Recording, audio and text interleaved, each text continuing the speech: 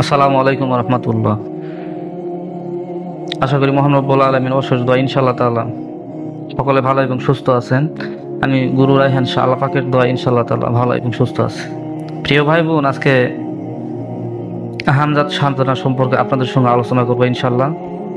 তো আজকে হামজাত বিষয়ে আপনাদেরকে দুটো আমল দেয়া হবে। দুটার আমল দুই রকম, নিয়ম ভেদ আছে। যারা নিজ আসল বা নিজ ঘরে নিরিবিলি জায়গায় আমল করতে চান সেই বিষয়ে একটা আমল দেওয়া হবে, এবং যারা বাহিরে নদী বা পুকুর অথবা সমুদ্র পারে করতে চান ইনশাল্লাহ দুটো আমলই দেওয়া হবে। দুটোটাই হচ্ছে পরীক্ষিত গুপ্তবিদ্যা হামজাত সাধনা।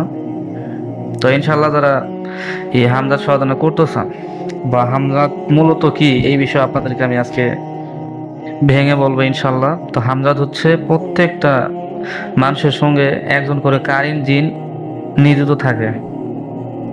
তো নিজের সঙ্গে থাকা এই কারিন জিনকে আপনি বাধ্যবশ করে নিতে পারলে ইনশাল্লাহ আপনার অনেক ফায়দা হবে। তো প্রিয় ভাই বোন, এই কারিন জিনকে আপনি বাধ্যবশ করে নিতে পারবেন এবং আপনার বিভিন্ন ভালো কাজে ওনাদেরকে কাজে খাটাতে পারবেন, কিন্তু হারাম বা খারাপ কাজে ওনাদেরকে আপনি খাটাবেন না, ওনারা আপনার আর কাজ করে দিবে না। তো প্রিয় ভাই বোন, আপনার নিজের দেহের সঙ্গে মিশে থাকা যে কারিন জিন আল্লাহ পাকের আপনার সৃষ্টির থেকে যেভাবে প্রত্যেকটা মানুষের সঙ্গে একজনকে কারিন জিন থাকে, এই নুরানি জিন আপনার সামনে ইনশাল্লাহ উপস্থিত হবে। এই দুটোই সাধনা হচ্ছে আপনার দেহের সাথে মিশে থাকা নুরানি কারিন জিন আপনার সঙ্গে সাক্ষাৎ করবে বা আপনার সকল কাজে সাহায্য সহযোগিতা করবে, আপনার যদি ভালো কাজে ওনাদেরকে পরিচালনা করেন। তো প্রিয় ভাই বোন, আজকে সর্বপ্রথম হামজাত সাধনা 7 দিন। তো এরা হচ্ছে একদম সহজ এবং খুবই সহজ আমল, যেটা মূলত আপনি 7 দিন যদি আমল করেন ইনশাল্লাহ আপনার চেহারা আপনার সুরতে আপনার সামনে ইনশাল্লাহ উপস্থিত হবে এবং আপনাকে বলবে যে কিসের জন্য ওনাকে ডাকছেন। উনি কিছু আপনাকে নিয়ম কানুন বলে দিবে। ওনার যে নিয়ম কানুন আপনি সব মাইনে নিবেন, কিন্তু একটা নিয়ম আপনি মাইনে নিবেন না। সেটা হচ্ছে উনি আপনাকে বলবে যে আপনাকে সর্ব অবস্থাতেই পবিত্র থাকতে হবে। তো আপনি এই নিয়মটা নিতে পারবেন না, কারণ হচ্ছে আপনি বিবাহিত বা অবিবাহিত হতে পারেন। পাক না পাক অনেক ক্ষেত্রে কাজে বেকাজে অনেক ক্ষেত্রে হয়ে যায়। তো সেই ক্ষেত্রে আপনি এই ওয়াদাটা ওনার থেকে নিবেন না। ওনাকে বলবেন যে আমি এই ওয়াদাটা আপনার নিতে পারলাম না, এটা বাদ দিয়ে যদি কোনো নিয়ম বা ওয়াদা আপনার করা থাকে আপনি করে দেন, ইনশাল্লাহ আমি মানতে রাজি আছি, কিন্তু এটা আমি মানতে পারবো না। তো প্রিয় ভাই বোন, আজকে 7 দিনের হামজাত সাধনা ছোট্ট একটু ওজিফা, মাত্র 591 বার করবেন 7 দিন। এবং জালালি জামালি পরহেজ রাখতে হবে, যেমন স্ত্রী সহবাস, গরুর গোশত, ডিম, কাঁচা মাছ সম্পূর্ণ বাদ, নিরামিষ ভক্ষণ করতে হবে 7 দিনে আমল করার পূর্বে। এবং যখন আমল করবেন এই 7 দিন খাবেন না, সাদা ভাত, ডিম, ফলমূল ইনশাল্লাহ এগুলাকে আমল করতে হবে। এবং এই আমলগুলো করতে গেলে অবশ্যই আপনাকে রুহানি শক্তি বৃদ্ধির আমল করতে হবে দীর্ঘদিন, 41 দিনের যদি পারেন ইনশাল্লাহ করে নেবেন। আমার চ্যানেলে রুহানি শক্তি বৃদ্ধির আমল দিয়ে আছে।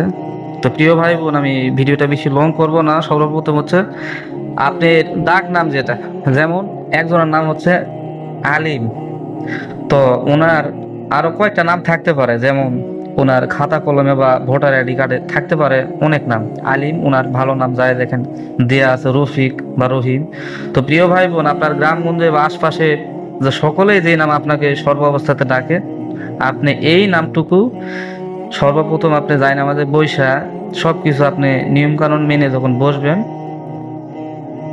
আপনি এইভাবে বলবেন, আসসালামু আলাইকুম ইয়া আলিম, অর্থাৎ আপনার যে ডাক নাম আসসালামু আলাইকুম ইয়া আলিম।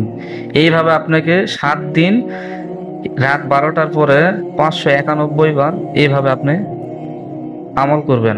ঘরে কোনো লাইট জ্বালাবেন না, একা অন্ধকারের ভিতরে আমল করতে হবে ইনশাল্লাহ। আপনার যদি রুহানি শক্তি বেশি থাকে তো আলহামদুলিল্লাহ আপনি 7 দিনের ভিতরে আপনার সামনে আপনার চেহারা শুরুতে হামজাত জিন আপনার সামনে উপস্থিত হবে এবং উনি আপনাকে বলবে যে আপনি আমার কিসের জন্য স্মরণ করেছেন বা ডেকেছেন।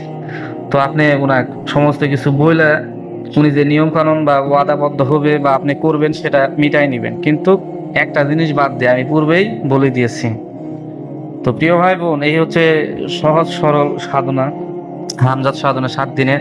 আর একটা আছে, এটা হচ্ছে 7 দিনের, কিন্তু এটা আপনার নিজের ঘরের ভিতরে করতে পারবেন না, হয় সমুদ্রের পাশে, না হলে নদীর পাশে, অথবা নিজের গ্রামগঞ্জ যদি পুকুর থাকে পুকুরের পাশে।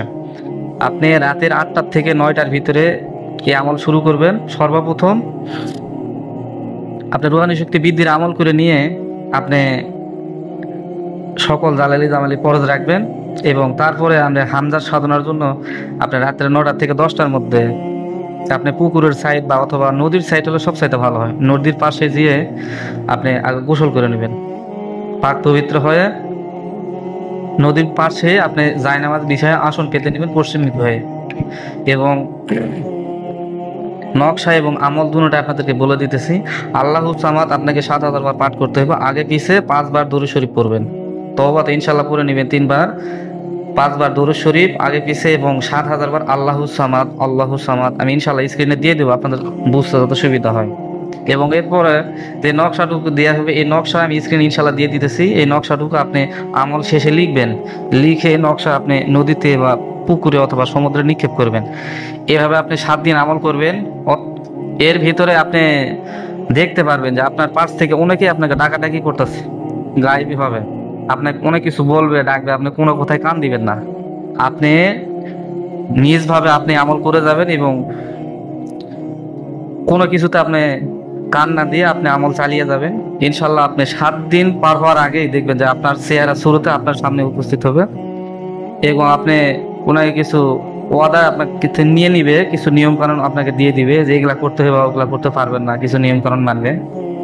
কিন্তু সর্ব অবস্থাতে আপনাদেরকে একটা কথাই বলতে চাই যে আপনারা এই সর্বসময় যে বলবে যে পাক পবিত্র হয়ে থাকা লাগবে, কিন্তু আপনারা এটা বলবেন না যে না আমি সর্বসময় পাক পবিত্র থাকতে পারবো না, এ বাদে যদি কোনো নিয়ম থাকে আমাকে বলেন, আমি সেটা মানতে রাজি আছি, এটা আমি মানতে পারবো না। বা আপনি যদি কোনো ওনার নিয়ম বা কোনো ওয়াদা করতে চান, ওনার সাথে আপনি করে নেবেন। ইনশাল্লাহ একদম সহজ আমল। তো ভিউয়ার্স সকলে ভালো থাকবেন, সুস্থ থাকবেন। আসসালামু আলাইকুম রহমতুল্লাহ।